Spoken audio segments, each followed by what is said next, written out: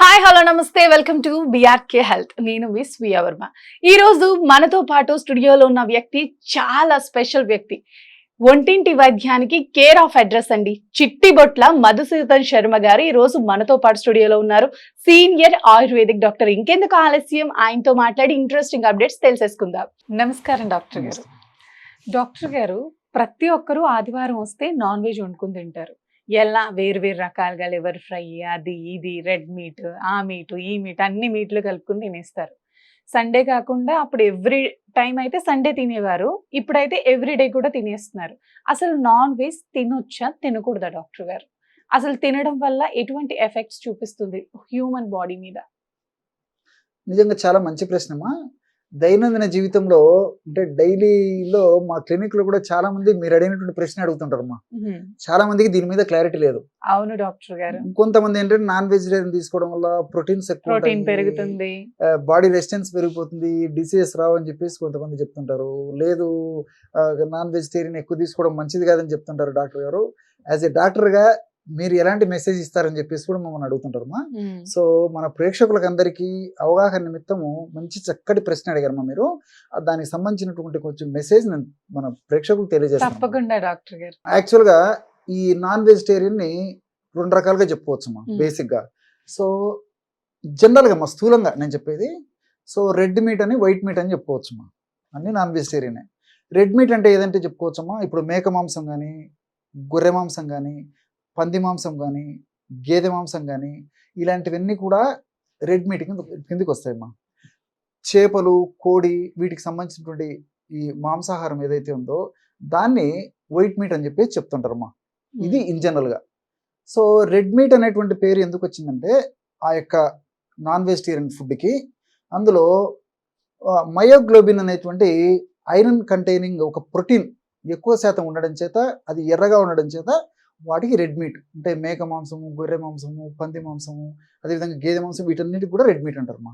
So myoglobin అనేటువంటి iron containing ఒక protein అనేది ఎక్కువ ఉంటుంది అన్నమాట. సో ఈ చేపలు, కోడిలో వాటి శాతం తక్కువ ఉంటుంది. ఇది ఇన్ జనరల్గా. కాబట్టి ఇది అంత రెడ్గా ఉండదు అనమాట. సో ఈ యొక్క రెడ్ మీట్లో కానీ ఇప్పుడు నేను చెప్పినటువంటి ఈ వైట్ మీట్ ఏదైనా తీసుకోనండి, ముఖ్యంగా ఈ రెడ్ మీట్లో ఏముంటుందంటమ్మా, ఈ ఐరన్ సెల్స్లో ఉంటుందమ్మా, ఐరన్. సో అలాంటి హీమ్ ఐరన్ అని చెప్పేసి పేరుతో పిలుస్తుంటారు అలాంటి దాన్ని. సో హీమ్ ఐరన్ అంటే సెల్స్లో యాసిటీస్గా ఉన్నటువంటి పరిస్థితి ఏదైతే ఉందో దాన్ని హీమ్ ఐరన్ అంటారమ్మా. సో మనం ఆహార పదార్థాల్లో ఈ రెడ్ మీట్ని తీసుకున్నప్పుడు ఆ హీమ్ ఐరన్ డైరెక్ట్గా లోపలికి పోతుంది అనమాట. సో డైరెక్ట్ బ్లడ్లో కలిసిపోతుంది జీర్ణమై. సో ఆ విధంగా కలవడం వల్ల ఆ హీమ్ ఐరన్ యొక్క ప్రభావం చేత బాడీలో అనేక రకాలైన దుష్ఫలితాలు కలుగుతాయి. ముఖ్యంగా ఈ హీమ్ ఐరన్ ఏదైతే ఉందో రెడ్ మీట్లో, ఈ హీమ్ ఐరన్ మనం తీసుకున్నప్పుడు మన బ్లడ్లో కలిసిన తర్వాత ఇదేం చేస్తుందంటమ్మా, మనం ఇన్సులిన్ ఉత్పత్తి చేసేటువంటి గ్రంథులు ఉంటాయమ్మా ప్యాంక్రియాస్ అనేటువంటి భాగంలో. అంటే షుగర్ను నియంత్రించేందుకు ఇన్సులిన్ అనేటువంటి హార్మోన్ అవసరం. ఈ ఇన్సులిన్ ఉత్పత్తి కావాలంటే ప్యాంక్రియాస్లో ఐలెట్స్ ఆఫ్ లాంగ్రిహిన్స్ అనేటువంటి గ్లాండ్స్ ఉంటాయమ్మా. ఆ గ్లాండ్స్ను స్టిమ్యులేట్ చేయడం వల్ల ఇన్సులిన్ బాగా ఉత్పత్తి జరుగుతుంటుంది. కానీ ఈ హీమ్ ఐరన్ ఏం చేస్తుందంటే ఆ గ్లాండ్స్ యొక్క స్టిమ్యులేషన్ తగ్గించేసి ఆ ఇన్సులిన్ సరిగా ఉత్పత్తి కాకుండా చేస్తుంది. సో బాడీలో ఎప్పుడైతే ఇన్సులిన్ సరిగా ఉత్పత్తి కాదో షుగర్ లెవెల్స్ పెరిగిపోతాయి. సో ఈ హీమ్ ఐరన్ చేసేటువంటి చెడ్డ ప్రక్రియ అదమ్మా. అదొకటి. రెండవది ఏం చేస్తుందంటే ఈ రెడ్ మీట్లో మనం అనుకున్నట్టే ప్రోటీన్స్ బాగా ఉన్నాయి, ఫ్యాట్ విపరీతంగా ఉందమ్మా. ఫ్యాట్ కూడా ఎక్కువ ఉంటుంది. అట్లే ఆల్మోస్ట్ ఫైబర్ అనేది బొత్తిగా ఉండదు. ఫైబర్ చాలా చాలా అవసరం, కానీ అందులో ఫైబర్ ఉండదు. కార్బోహైడ్రేట్స్ గురించి చెప్పనక్కర్లేదు. సో ఫ్యాట్స్ కూడా ఎక్కువ ఉండడం చేత ఏం జరుగుతుందమ్మా, ఈ ఫ్యాట్స్ ఉన్నటువంటి రెడ్ మీట్ను మనం ఈ పద్ధతిలో వాడుకోవడం వల్ల బాడీలో సెల్స్లో ఇన్ఫ్లమేషన్ ప్రక్రియ బాగా విపరీతంగా జరిగిపోతుంది. ఎప్పుడైతే ఇన్ఫ్లమేషన్ ప్రక్రియ బాగా జరుగుతుంటుందో అప్పుడు మన బ్లడ్లో ఉన్నటువంటి ఇన్సులిన్ తక్కువ కావడం ఒక కారణం, సరిగా ఉత్పత్తి కాకపోవడం కూడా షుగర్ పెరిగేందుకు కారణం. పోనీ అథవా ఇన్సులిన్ బాగానే ఉత్పత్తి అయింది అనుకుందాం, ఆ ఉత్పత్తి అయింది పని చేయాలి కదమ్మా సెల్స్ దగ్గర. సో ఇన్ఫ్లమేషన్, ఈ ఫ్యాట్ ఎక్కువ ఉండడం చేత, ఇన్ఫ్లమేషన్ ఎక్కువ జరగడం చేత ఉన్నటువంటి ఇన్సులిన్ కూడా పని చేయకుండా పోతుంది. ఎప్పుడైతే బ్లడ్లో ఇన్సులిన్ ఉన్నప్పటికీ సెల్స్ దగ్గరికి పోయేసి ఆ సెల్స్ దగ్గర సరిగా ఇన్సులిన్ రిసిప్టార్స్ పనిచేయకపోయేసరికి బ్లడ్లో ఉన్నటువంటి ఆ యొక్క షుగరు సెల్స్లోకి పోలేదమ్మా. సో దాన్నే ఇన్సులిన్ రెసిస్టెన్స్ అంటారు అనమాట. సో బ్లడ్లో ఇన్సులిన్ ఉన్నప్పటికీ పనిచేయదు, అదొకటి. మూడవది ఏమంటే ఇందులో నైట్రేట్స్ ఉంటాయి రెడ్ మీట్లో. నైట్రేట్స్ ఉన్నటువంటి రెడ్ మీట్ని మనం ఏం చేస్తాం, కొన్ని సాల్ట్స్ కూడా కలిపేసి వండుతాం.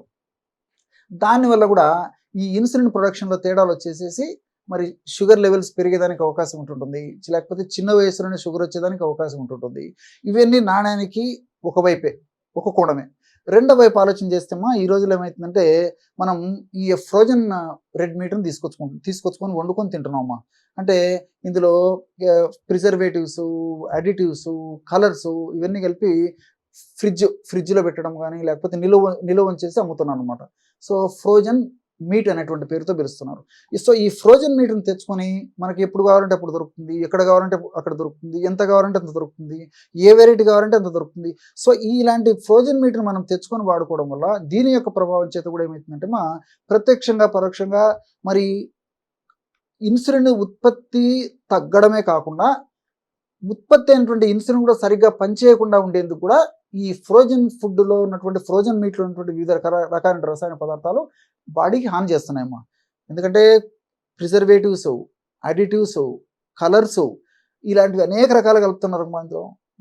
వీటికి తోడు హీమైరిన్ ప్రభావం, ఇలాంటి అనేక రకాలైన కారణాల చేత ఏం జరుగుతుందంటే మరి ఆ ప్యాంక్రియాస్ గ్రంథిని, అంటే ఇన్సులిన్ ఉత్పత్తి చేసేటువంటి ఆ ప్యాంక్రియాస్ గ్రంథి ఏదైతే ఉందో ఆ గ్రంథిని కంప్లీట్గా డ్యామేజ్ చేసేసి మరి షుగర్ చిన్న వయసులో రావడం కానీ, ఒకవేళ షుగర్ వచ్చినప్పటికీ త్వరగా తగ్గకుండా ఉండడం కానీ చేసేటువంటి పరిస్థితి ఏర్పడుతుంది. కాబట్టి మరి అందరూ కూడా ఆలోచన చేయాలమ్మా. కాబట్టి పూర్తిగా నిషిద్ధం అని చెప్పేసి నేనైతే చెప్పనమ్మా. సో దాంట్లో మంచి ఉంది, ప్రోటీన్స్ ఉన్నాయి, మన బాడీకి, బాడీ మెకానిజంకి, కణ నిర్మాణానికి, బాడీ స్టాండర్డ్గా, అదేవిధంగా రెసిస్టెన్స్ పవర్ వచ్చేదానికి, వ్యాధి నిరోధక శక్తి పెరిగేదానికి, జబ్బులు త్వరగా రాకుండా ఉండేదానికి మరి ప్రోటీన్ చాలా చాలా అవసరం. కానీ మితంగా, హితంగా, కొద్ది ప్రమాణంలో అకేషనల్గా తీసుకుంటే ఇబ్బంది ఉండదు. కానీ మీరు అడిగినట్లు మరి రోజు వాడడం కానీ, వారానికి ఒకసారి వాడడం కానీ, ఎక్కువ శాతంలో వాడడం కానీ, ఎక్కువ ప్రమాణంలో వాడడం కానీ ఏమాత్రం క్షేమదాయకం కాదు, ఆరోగ్యదాయకం కాదు, ఆమోదయోగ్యం అంతకన్నా కాదమ్మా. వారానికి ఎన్నిసార్లు తీసుకోవాలి డాక్టర్ గారు? వారానికి ఒక్కసారి లిమిటెడ్గా తీసుకోవచ్చు. లిమిటెడ్ క్వాంటిటీలో డే టైం తీసుకోవడం వల్ల అంత ఇబ్బంది ఉండదమ్మా. నైట్ టైం మాత్రం అసలు తీసుకోకూడదమ్మా. సో ఇటువంటి ఆహారం తీసుకోవాలన్నా డే టైం మాత్రమే తీసుకోవాలి. థ్యాంక్ యూ డాక్టర్ గారు. ఓకే.